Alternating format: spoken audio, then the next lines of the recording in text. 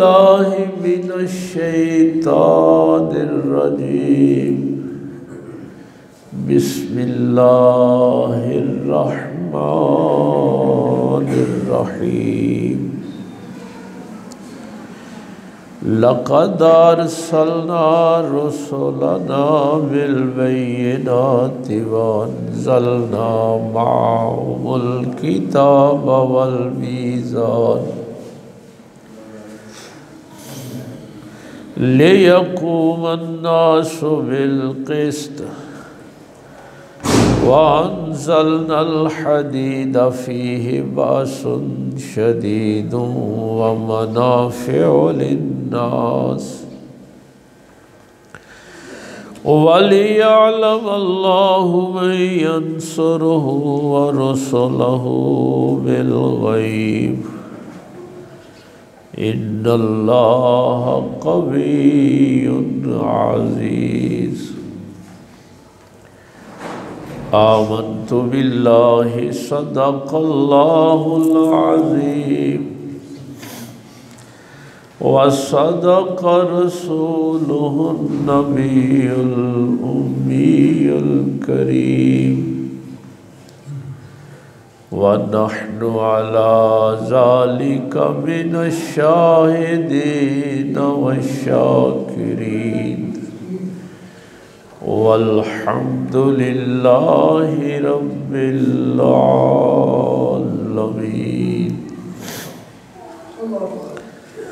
قال الله تبارك وتعالى في شان حبيبه مخبرا وامرا إن الله وملائكته يصلون على النبي يا أيها الذين آمنوا صلوا عليه وسلموا تسليما اللهم صل على سيدنا مولانا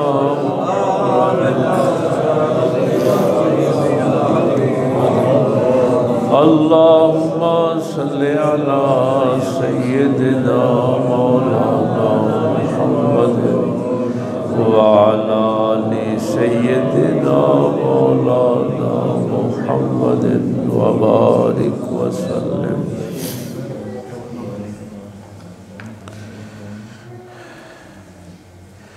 اللہ رب العزت کی حمد و ثنا کے بعد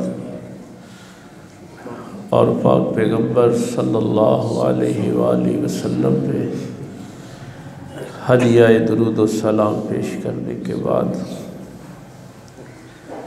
نہایت ہی واجب الاحترام معزز سامعین، بزرگوں، دوستوں، عزیز بھائیوں، گفتگو ہماری عدل کے حوالے سے چل رہی تھی۔ اصل میں تو یہ سارا ٹاپک جو ہم نے شروع کیا تھا وہ عقیدہ آخرت پہ کیا تھا کہ یہ زندگی عدل کی وہی گزارے گا نا جس کو آخرت کا یقین ہے، جس کو یہ دنیا چاہیے اس کو عدل کی ضرورت نہیں۔ تو جو اپنی آخرت کے لیے فکر مند ہے، جس کو پتہ ہے کہ میں نے یہ دنیا چھوڑ کے چلے جانا ہے، وہ تو دو کرتا ہے کہ میں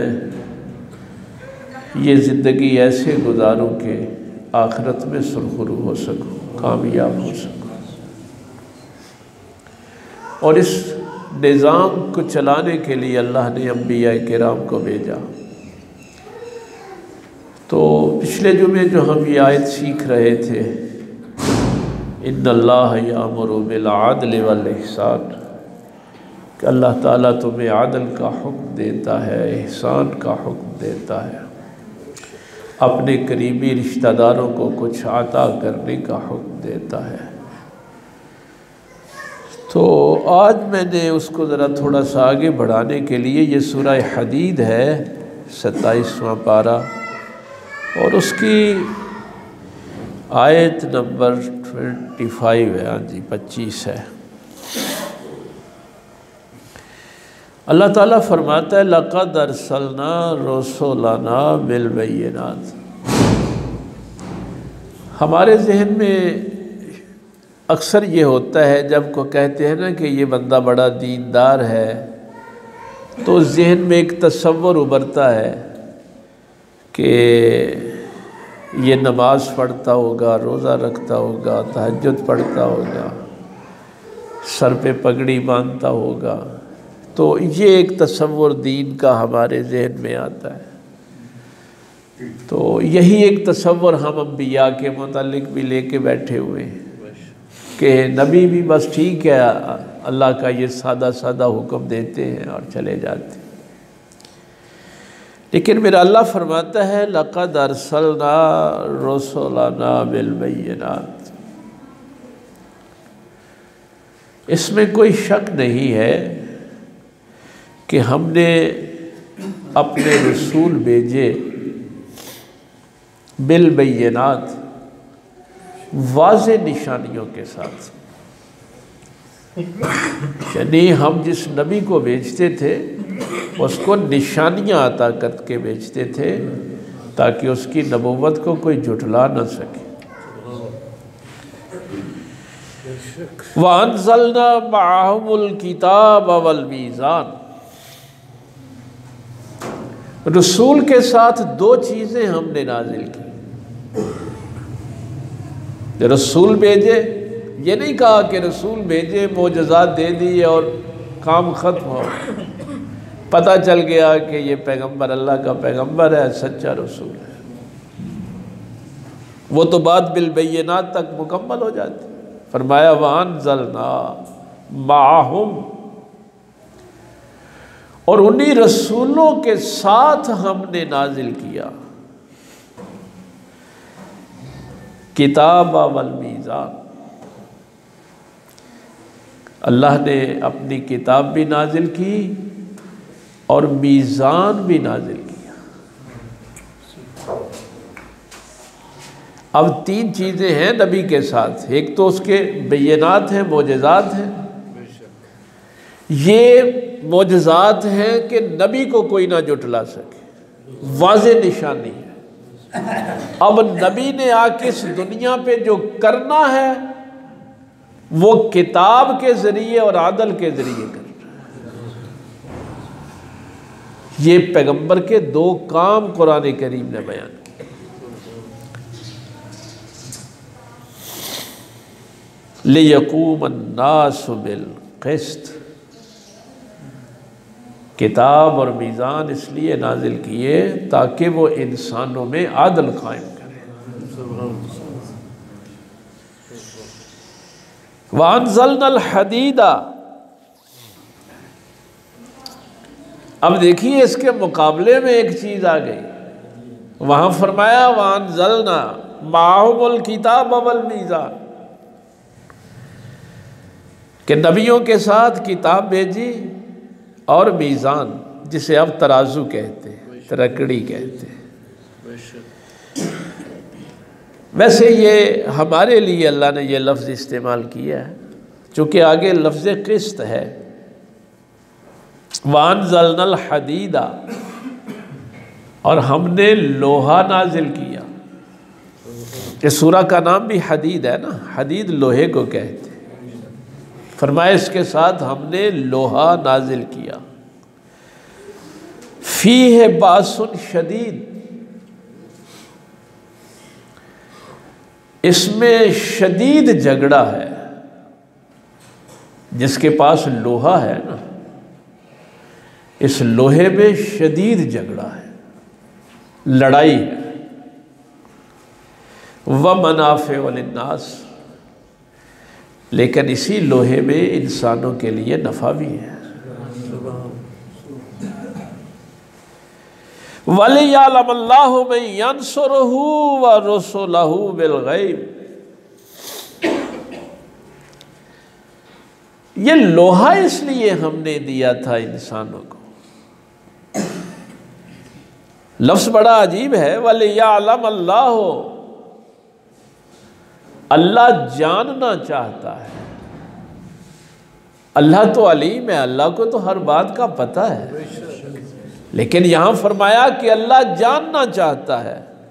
مَن يَنصُرُهُ وَرُسُلَهُ، کون ہے جو اللہ کی مدد کرتا ہے اور اس کے رسول کی مدد کرتا ہے. بالغیب، یہ بڑی عجیب بات ہے.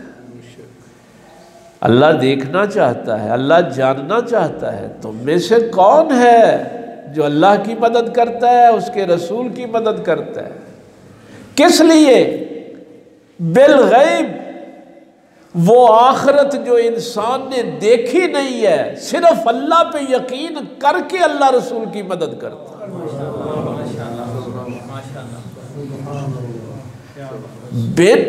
یؤمنون بالغیب کو اس میں بیان کیا جا رہا ہے.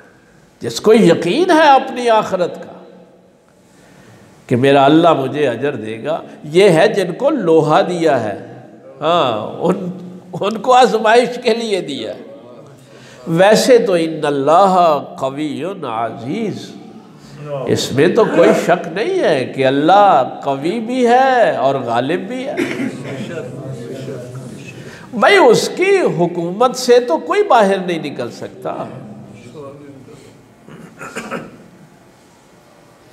تو اس میں چونکہ وہ جو پچھلی آیت ہم سیکھ رہے تھے، اس میں بھی ایک بنیادی بات یہی ہم نے سیکھی تھی کہ ابتدا میں، بلکہ آج کل بھی یہی ہے، وہ جو میں نے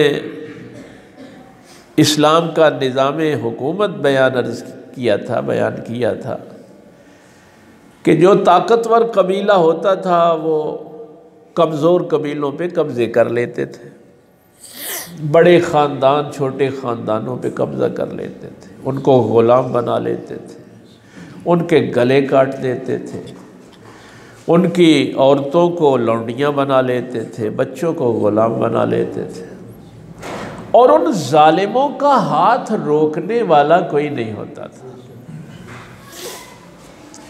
یہ بڑی عجیب بات ہے کہ ابراہیم علیہ السلام نمرود کے ساتھ، اچھا یہ بھی میں کیا بتاؤں آپ کو کہ نمرود کو تقریباً 350 سال عمر دی اور ابراہیم علیہ السلام کو 200 سال سے زیادہ دی. ظالموں کو وقت بھی زیادہ دیتا ہے. موسیٰ علیہ السلام کا کیا جھگڑا ہے فرعون کے ساتھ؟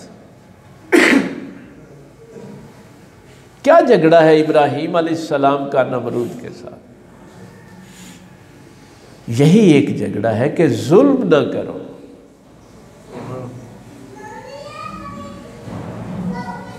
بھائی یہ پیغمبر کوئی کسی کا نقصان کرنے آتے ہیں، کسی کا حق مارتے ہیں، کسی کی زمینوں پہ قبضے کرتے ہیں، بس یہی کہتے ہیں کہ انسانوں پہ ظلم نہ کرو. چونکہ قرآن کہہ رہا ہے کہ ہم نے صرف کتاب ہی نہیں دی تھی نبی کو، عدل کرنے کے لیے ترازو بھی دیا تھا.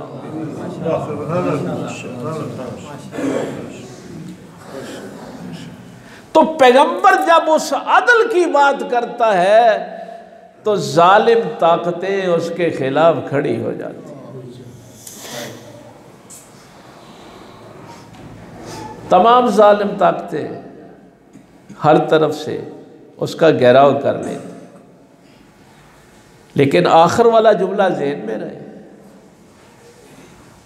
یہ بھی تاریخ انسانی کی عجیب صورتحال ہے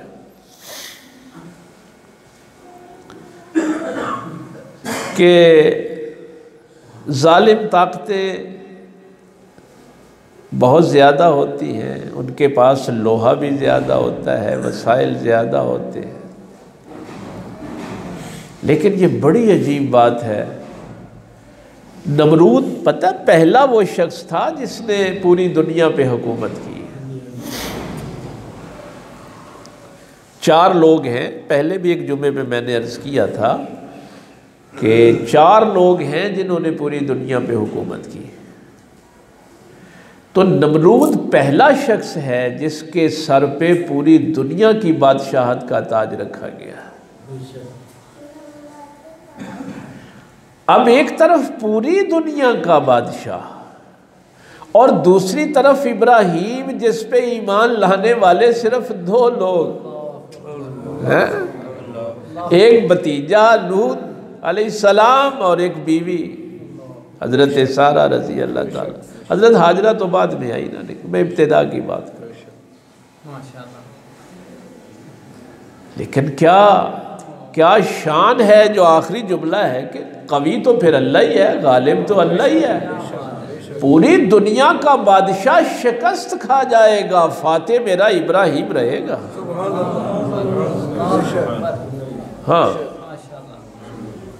یہ تاریخ اصل میں جو انسان کی آنکھیں کھولنے کے لیے، ظاہراً تو فرعون بادشاہ ہے لیکن مہلت کے بعد فاتح میرا موسیٰ رہے گا. فرعون فاتح نہیں رہے. باطل کبھی فاتح نہیں ہوتا، جھوٹ کبھی فاتح نہیں ہوتا. ان کی تعداد تھوڑی ضرور ہوتی ہے لیکن یہ تو ہوگا کہ جب آپ عدل کی بات کریں گے. میں اس کا لفظی معنی تھوڑا سا پہلے آپ کو عرض کر دوں، چونکہ یہ اب بنیاد بن گئی ہے ہماری اس زندگی میں آخرت کی بہتری کے لیے جو میں نے زندگی گزارنی ہے، انفرادی یا اجتماعی. عدل کا لغوی معنی ہے ہر چیز کو اس کے مقام پہ رکھنا. یہ لغت کے اندر اس کا معنی ہے. اچھا، قرآن کریم جب کہتا ہے ان اللہ لا یغفر ان یشرک بہ وَيَغْفِرُ مَا دُونَ ذَلِكَ لِمَن یشاء، اللہ تعالیٰ شرک کا گناہ معاف نہیں کرتا، اس کے علاوہ وہ جو چاہے گا معاف کر دے گا. کیوں؟ ان الشرک لظلم عظیم، شرک جو ہے یہ بہت بڑا ظلم ہے. تو اس دن شاید میں نے آپ سے یہ بات عرض کی تھی کہ عدل کا متضاد ظلم ہے. جہاں عدل نہیں ہوتا وہاں ظلم ہوتا ہے. تو قرآن کہتا ہے کہ سب سے بڑا ظلم جو ہے وہ شرک ہے. کیوں؟ اس لیے کہ آپ نے اللہ کے مقام پہ کسی اور کو رکھ دیا. اب لغوی معنی جو میں نے عرض کیا تھا کہ عدل کا لغوی معنی ہے ہر چیز کو اس کے مقام پہ رکھنا. تو جب آپ اللہ کے مقام پہ کسی اور کو رکھیں گے تو اس سے بڑا ظلم تو کوئی اور نہیں ہو سکتا. نہ اس کی صفات میں کوئی شریک ہے، نہ اس کی ذات میں کوئی شریک ہے. اس میری ٹوپی کا، پگڑی کا مقام سر ہے. اگر اس کو میں پاؤں میں پہنوں گا تو یہ ظلم ہے. کیوں؟ اس لیے کہ میں نے اس کو اس کے مقام سے ہٹا دیا. مچھلی کا مقام پانی ہے. اگر میں اس کو پانی سے نکال کے بہترین مخمل کے بستر میں لٹا دوں گا تو یہ ظلم ہے.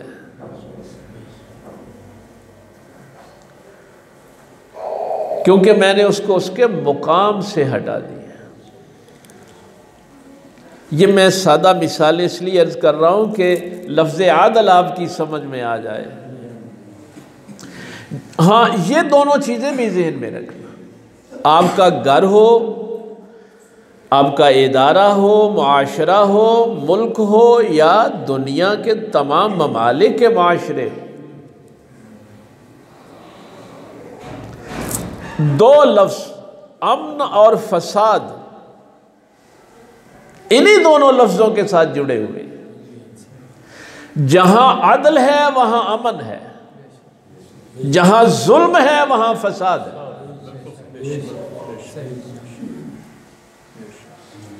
ہاں، یہ معاشرے کی تشکیل کے لیے، پرامن معاشرے کی تشکیل کے لیے، یہ قرآن کریم نے ایسی اتنی بڑی بات ایسے نہیں کہہ دی کہ نبی کی نبوت کو ثابت کرنے کے لیے تو ہم نے معجزے دے دیے،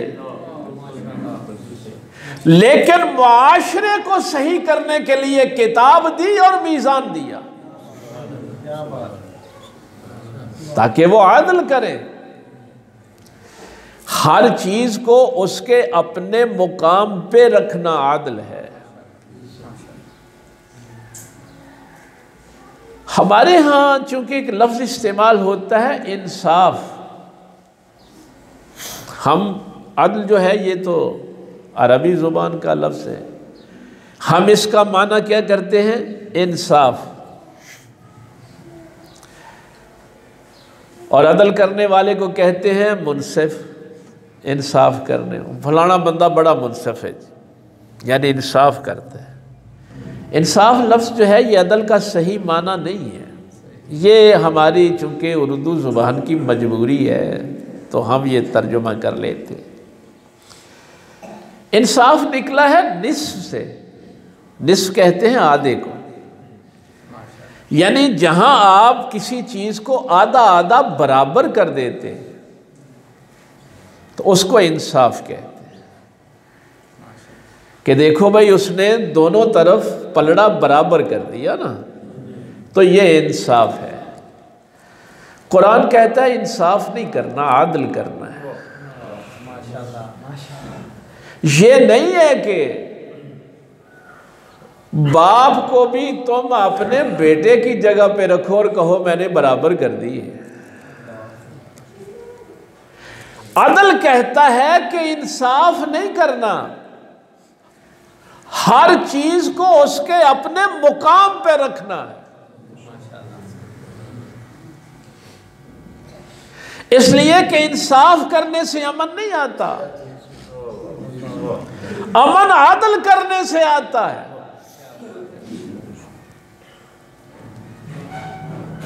ایک دفعہ میرا لیکچر تھا، وہاں ظاہر ہے بہت ہائر کوالیفائڈ لوگ تھے، انہوں نے مجھے موضوع دیا ہوا تھا کہ یہ جو سوال اٹھتا ہے کہ اللہ تعالیٰ نے سب کو ایک جیسی دولت کیوں نہیں دی، سب کو ایک جیسا کیوں نہیں بنایا؟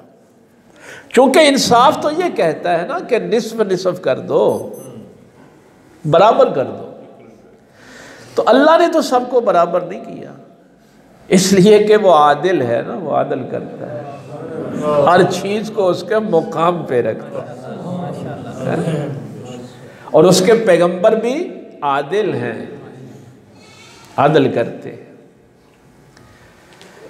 تو میں نے ان سے ایک سوال کیا تھا، میں نے کہا ماشاءاللہ آپ سارے بڑے پڑھے لکھے لوگ ہیں، مجھے یہ بتائیں کہ آپ میں سے کچھ ملازمین ہیں وہ تنخواہ لیتے ہیں، 1 لاکھ روپیہ تنخواہ ہے، کسی کی 2 لاکھ ہے، آپ کو اللہ نے 3 یا 4 بیٹے دیے،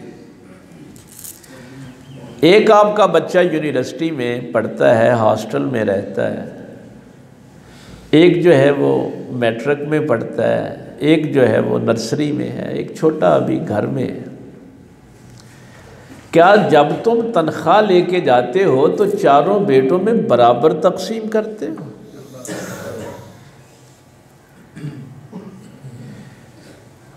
بھائی عدل اور انصاف کا میں ان کو، یعنی آپ کیا کرتے ہیں؟ ان ساروں کو برابر برابر تقسیم کر دیتے؟ نہیں جی، وہ دیکھیے جو یونیورسٹی پڑھتا ہے، ہاسٹل میں رہتا ہے، اس کی ضروریات اور ہیں، اور جو میٹرک میں پڑھتا ہے اس کی ضرورت اور ہے، جو نرسری میں پڑھتا ہے اس بچے کی ضرورت اور۔ تو میں نے کہا کہ پھر مجھ سے یہ نہ پوچھنا، یہ خود ہی تم نے جواب دے دیا کہ تم بڑے عقل والے ہو، تمہیں پتہ ہے کہ کس کو کس جگہ پہ رکھنا ہے، اور خالق کو نہیں پتا کہ اس نے کس کو کس جگہ پہ رکھنا ہے۔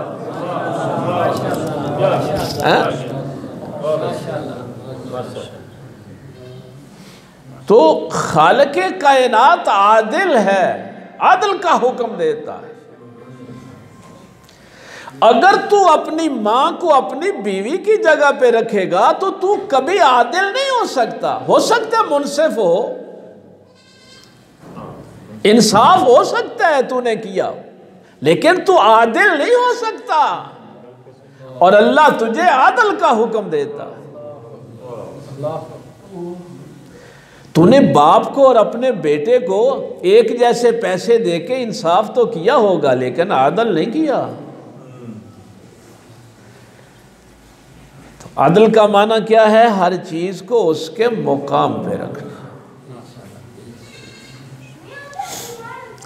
کبھی آپ نے سوچا نہیں شاید اس پہ، قرآن کریم کو آپ پڑھیں گے یقین جانیے سارے ہمارے مسائل حل ہو جاتے ہیں۔ ہمارے گھروں میں جھگڑا کیا ہے؟ معاشرے کو تو چھوڑیں، ہمارے جو گھر ہیں ان میں کیا جھگڑا ہے؟ باپ کو گلہ ہے کہ مجھے میرا مقام نہیں دیا جا رہا، ماں کو بھی گلہ ہے کہ مجھے میرا مقام نہیں دیا جا رہا۔ جہاں ساس تگڑی ہے وہاں بہو کو گلہ ہے کہ مجھے میرا مقام نہیں دیا جا رہا۔ یہ کوئی ضروری نہیں ہے کہ بہو ہی ظالم ہو، کہیں ساس بھی بڑی ظالم ہوتی ہے، کہیں نند ظالم آ جاتی ہے۔ تو قرآن کریم نے اقیم الوزن بالقسط،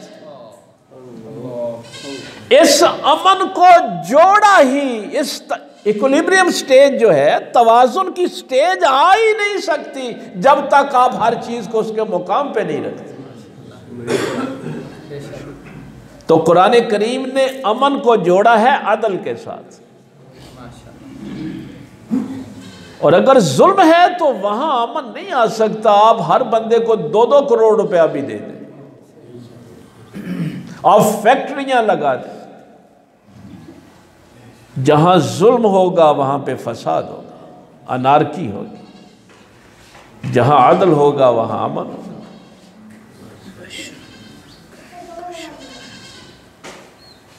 ایک تو یہ چیز اپنے، اور یہ یہاں تک نہیں ہے، یہ تو میں صرف بہت تھوڑی سی مثالیں آپ کے سامنے رکھتا ہوں۔ جب میں گفتگو کروں تو اپنے الفاظ کو اپنے مقام پہ رکھوں۔ کیوں اللہ تعالیٰ نے ڈانٹ دیا تھا؟ یا ایھا الذین آمنوا لا تقولوا رائنا، اے ایمان والو خبردار میرے پیغمبر کو رائنا نہ کہا کرو۔ پہلے پارے میں نبی پاک صلی اللہ علیہ وسلم گفتگو فرماتے تھے تو کچھ لوگ ظاہر ہے سمجھ نہ پاتے ایک دفعہ، تو وہ کہتے رائنا، یا رسول اللہ صلی اللہ علیہ وسلم ہماری رعایت فرمائیں، اس بات کو دہرا دیں تاکہ دوبارہ سن کے ہم اس بات کو سمجھ سکیں۔ اس میں کوئی غلط بات نہیں تھی۔ رائنا کا لفظی معنی ہے ہماری رعایت فرمائیں اور ایک دفعہ اس بات کو دہرا دیں۔ لیکن وہ جو دشمن تھے، کفار تھے، انہوں نے اس لفظ کو تھوڑا سا بگاڑ دیا، انہوں نے رائنا کہنا شروع کر دیا۔ تو رائی کہتے ہیں عربی زبان میں چرواہے کو، رائنا ہمارا چرواہا۔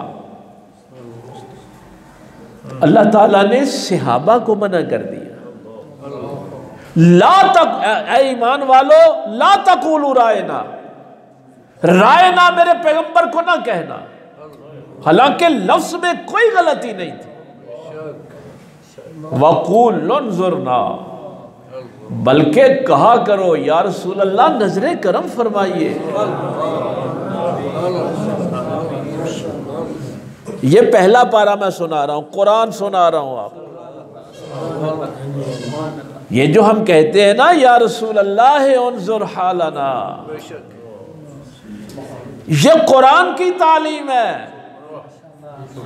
میرے پیغمبر کو متوجہ کرنا ہو تو کیا کہا کرو؟ وَقُولُ انظُرْنَا، کہا کرو یا رسول اللہ نظر کرم فرمائیے، ہماری طرف نگاہ فرمائیے.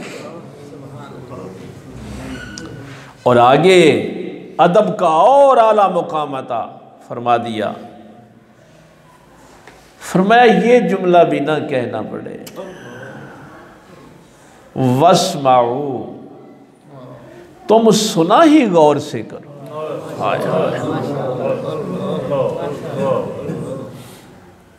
کیوں میرے پیغمبر کو دوبارہ بات دہرانے کی تکلیف دیتے ہو؟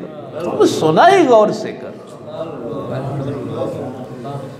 وَلِلْكَافِرِينَ عَذَابٌ عَلِيمٌ، ان منکروں کے لیے تو دردناک عذاب ہے. تو ہر لفظ کو بھی اس کے مقام پہ رکھنا یہ بھی عدل ہے. یہ نہیں ہے کہ میرے پاس زبان ہے تو میں جیسے جی چاہے استعمال کرتا رہوں.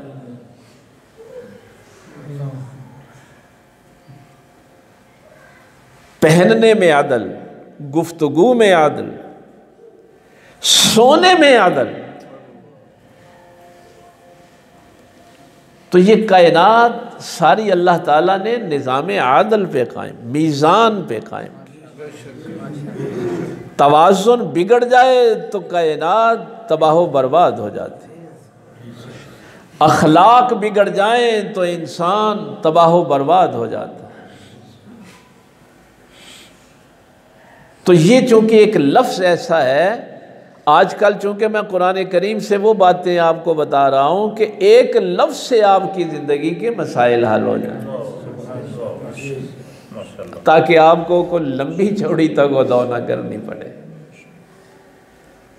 تو آپ کی اولاد ہے اس کو اپنی جگہ پہ رکھیں، بیوی کو اپنی جگہ پہ رکھیں، والدین کو اپنی جگہ پہ رکھیں. ہر کسی کو جب آپ اپنے مقام پہ رکھیں گے تو یہ عدل ہے.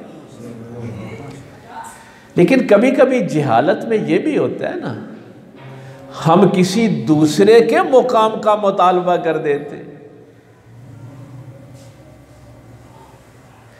ملوکیت کو اسلام کیوں پسند نہیں کرتا؟ بادشاہت کو اسلام پسند نہیں کرتا. قرآن کریم نے ہمیں نظام چلانے کے لیے کیا اصول دیا ہے؟ اللہ نے ہمیں کوئی بھی نظام آپ نے چلانا ہے نا، آپ گھر چلانا ہے، ادارہ چلانا ہے، ملک چلانا ہے، وَأَمْرُهُمْ شُورَى بَيْنَهُمْ، اللہ فرماتا ہے کہ اپنے جو تمہارے کام ہیں جتنے بھی وہ باہمی مشورے کے ساتھ کیا کرو.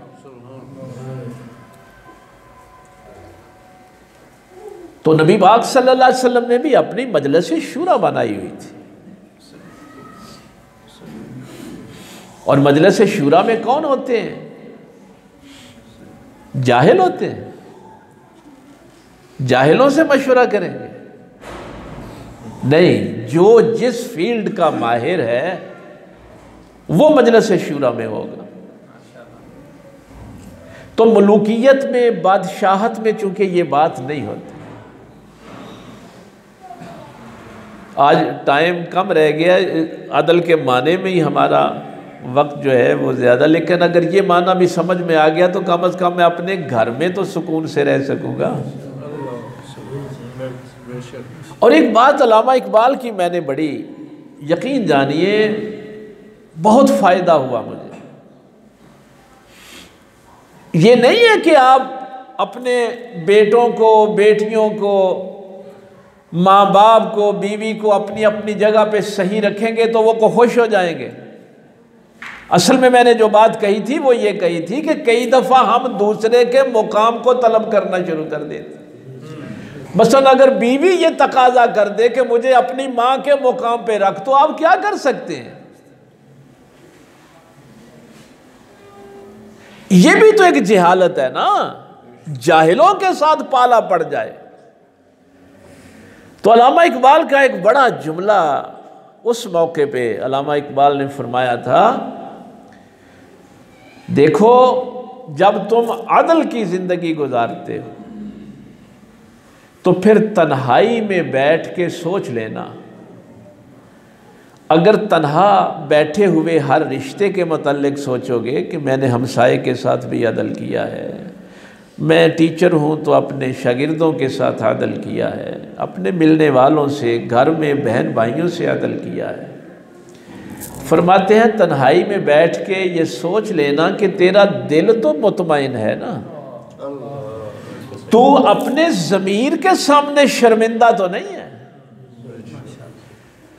تو علامہ اقبال نے اس سے آگے جو بات لکھی تھی، آپ نے فرمایا تھا کہ دیکھو دنیا کے سامنے شرمندہ ہونا اتنی بڑی شرمندگی نہیں ہوتی، اصل شرمندگی یہ ہے کہ انسان اپنی نظروں میں گر جائے، اپنے ضمیر کے سامنے گر جائے، اپنی نظر میں اس کی عزت نہ رہے کہ تو ظالم ہے۔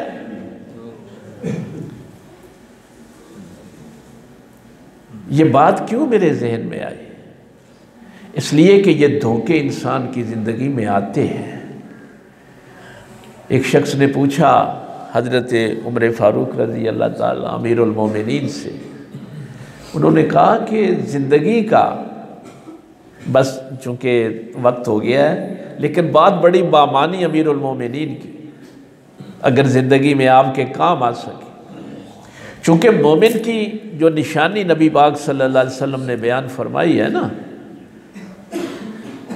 کہ مومن دھوکہ نہیں دیتا کسی کو، ایمان والے کی یہ سب سے بڑی نشانی ہے کہ مومن دھوکہ باز نہیں ہوتا، کسی کو دھوکہ نہیں دیتا۔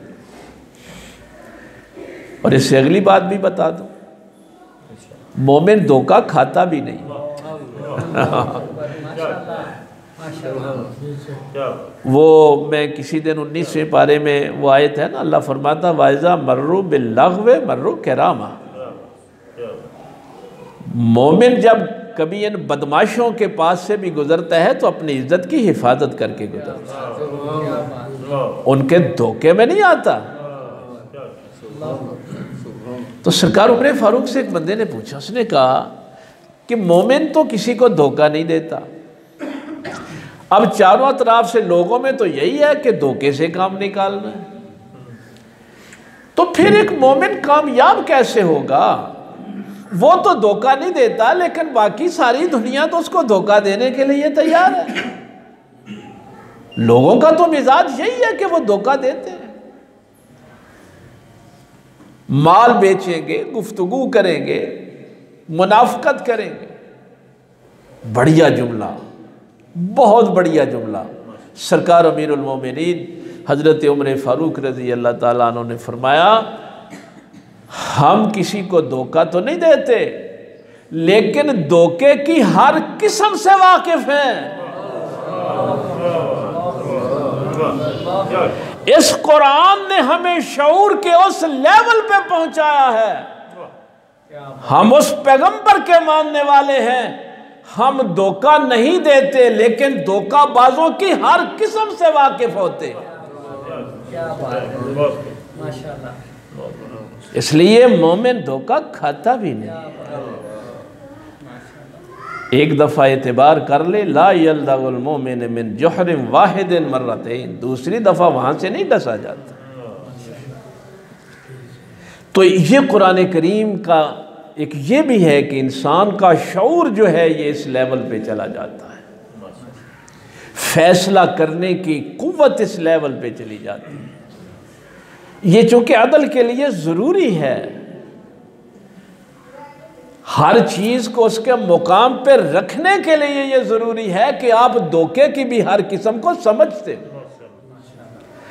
ایسا نہ ہو کہ دھوکے میں آپ کسی ایسے انسان کو اس مقام پہ بٹھا دیں جس کے وہ لائق ہی نہیں تھا۔